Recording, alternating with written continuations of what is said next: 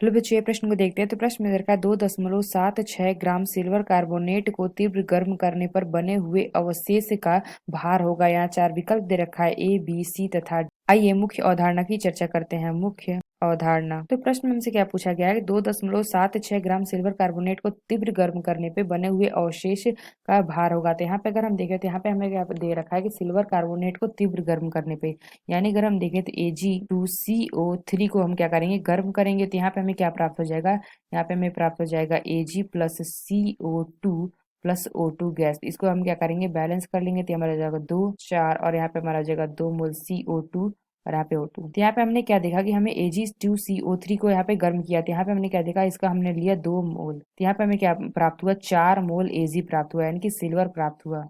और ये तो हमारे गैस हैं, तो ये हमारे क्या होंगे, उड़ जाएंगे। तो यहाँ से अगर हम देखें तो यहाँ पे हम क्या निकालेंगे, मोल संख्या ज्ञात करेंगे। तो ये हमारा क्या होता है, भार बटे में हमारा क्या होता है, अणु भार। तो यहाँ से अगर हम देखें तो यहाँ पे हम क्या निकालेंगे, Ag2O3 का भार बराबर हमारा क्या हो जाएगा, 2 गुणे। तो यहाँ पे अगर हम देखें Ag2CO3 का निकालेंगे तो यहाँ पे Ag दे रखा है, यानी कि हमारा क्या होता है 108 परमाणु क्रमांक, गुणे यहाँ पे क्या दे रखा है, 2 Ag दे रखा है, तो गुणे 2 हो जाएगा, प्लस हमारा क्या हो जाएगा 12 प्लस 48। यहाँ से हमारा क्या निकल के आ जाएगा 200।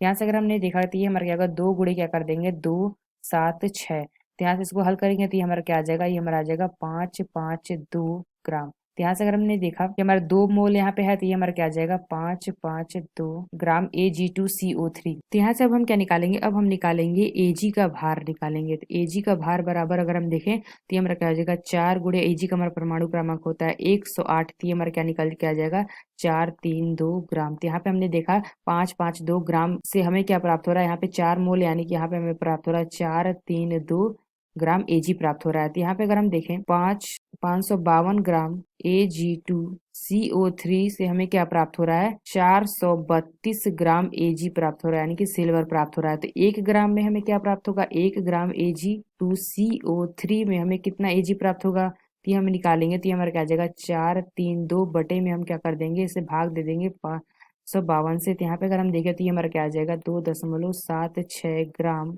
तो प्रश्न पे हमसे क्या पूछा गया था, 2.76 ग्राम सिल्वर कार्बोनेट, यानी कि देखा कि हमें कि 2.76 ग्राम में हमारा क्या हो जाएगा, तो AgCO3।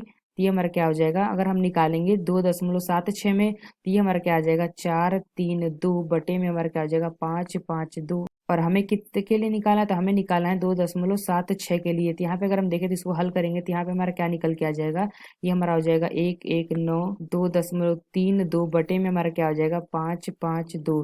तो यहाँ से इसको हल करेंगे तो ये हमारा आ जाएगा 2.16 ग्राम Ag। तो यहाँ पे हमने क्या देखा, हमें प्रश्न में पूछा गया था 2.76 ग्राम सिल्वर कार्बोनेट को तीव्र गर्म करने पे बने हुए अवक्षेप का भार। तो यहाँ पे जो हमें अवक्षेप प्राप्त हुआ था, यानी कि Ag यानी कि सिल्वर प्राप्त हुआ था, वो हमारा कितना आ गया, इसका भार आ गया है 2.16 ग्राम Ag, यानी कि अगर हम 2.16 ग्राम Ag, यानी कि अगर हम देखें तो कौन सा विकल्प हमारा सही होगा, जो हमारा डी विकल्प है, यह विकल्प हमारा सही होगा। तो आशा करते हैं आपको समझ में आया होगा। धन्यवाद।